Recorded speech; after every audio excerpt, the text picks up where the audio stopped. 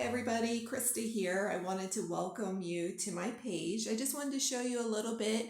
I'm making a frog, and this took me a couple hours just to make this part, but I just wanted to show you a little bit of what needle felting is. You can see this is the carded wool from the Kerry Woollen mills, and it just starts off looking like that. And so I'm going to make his little mouth, and I use a barbed needle that's very sharp.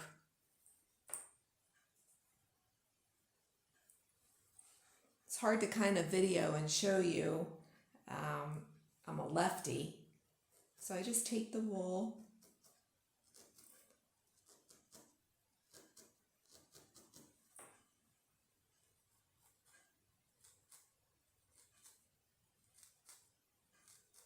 and the barb needle acts as it's my tool, and it intertwines the Irish wool together and it locks in as if it's like a glue.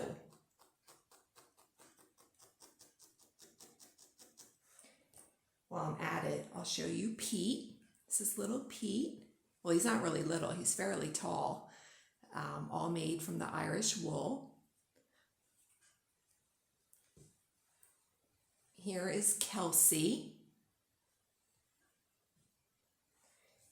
And this is a gypsy witch, and she has her prized pumpkin and her robin, and her dress was wet felted and needle felted. And you can see her little tights and bloomers and her shoes. And that's Irish timber. But I'll get back to the frog now.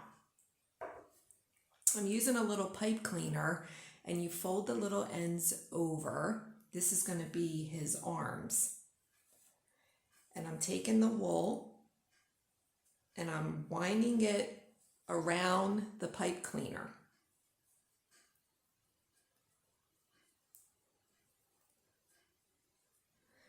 Then I take the barb needle and I have to intertwine that wool with the other wool so it stays firm and connected. And I'll do a couple layers of this on the pipe cleaner. Sometimes I'll roll it in my hands just to make it a little bit tighter, and then I'll add more wool.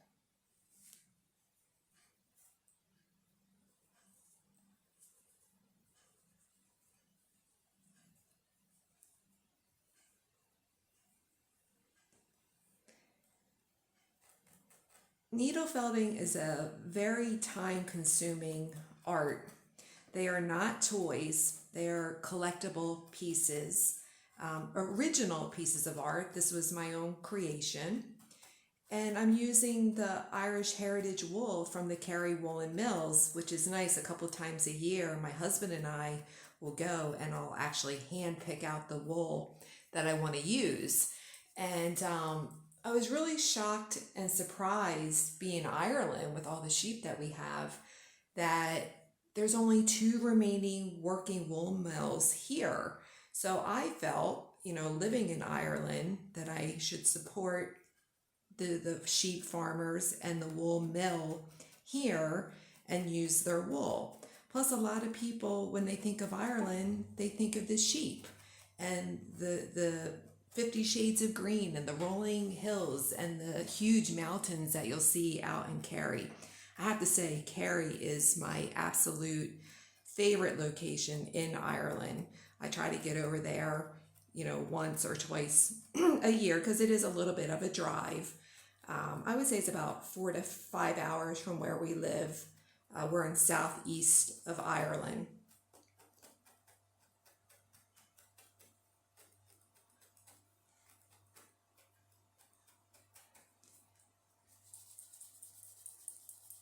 It's very important when you're working with pipe cleaner and wire that you fold the little ends over because they're a little sharp. With any wool creation that I make in general, they are not toys for children, and you should definitely keep them away from pets because they smell the wool and sometimes they want to eat it or play with it. And it's really not safe for them to digest any wool. And they're a work of art. So now I'm gonna apply his little arm to his body. So you have to be careful not to hit the pipe cleaner because it will break your needles, and you don't want any remnants of a needle in your work. So you have to be very cautious of what you're doing. So now I'm gonna add some of the wool over top, and this acts as a glue, so you don't have to use glue. Some pieces I will if I'm adding like a special accessory to it, or if I want a position, I'll add a little glue. So I'm just gonna place this over his little shoulder, pick up my barbed needle,